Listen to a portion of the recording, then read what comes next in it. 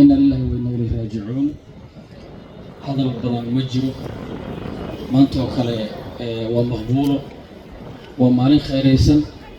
تعسي وجوبنا أستانتو وتعسي بلوجو دعينا ولا شيء،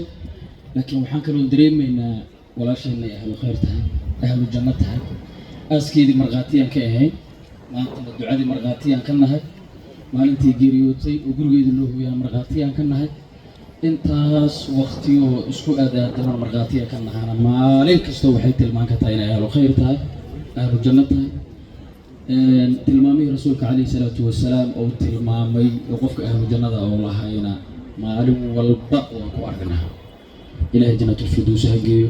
gadaasheeda ilaahayna ma fidneeyo dayax iyo family iyo ummadda Soomaaliyeed iyo qoys walba ma jiro qoys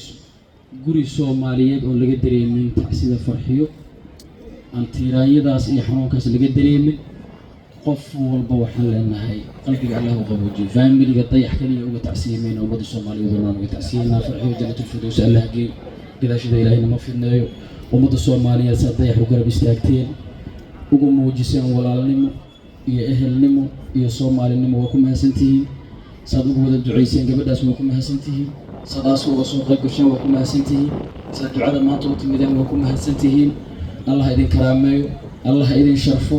dadnimo iyo wanaag iyo damiir Soomaalinimad muujiseen abaalkiina Allah gudo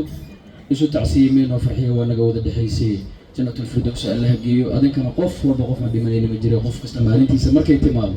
ahlu janna Allah idinka wada dhigo korna Allah idinka dhigo Soomaalinimo wax dhaama oo la isku dareemi lahay ضميركم كل شقيلها أولا أنا درين سنة جنة الفردوس الله يجي أنا كنا بالكلمة الله بدو ما حسيت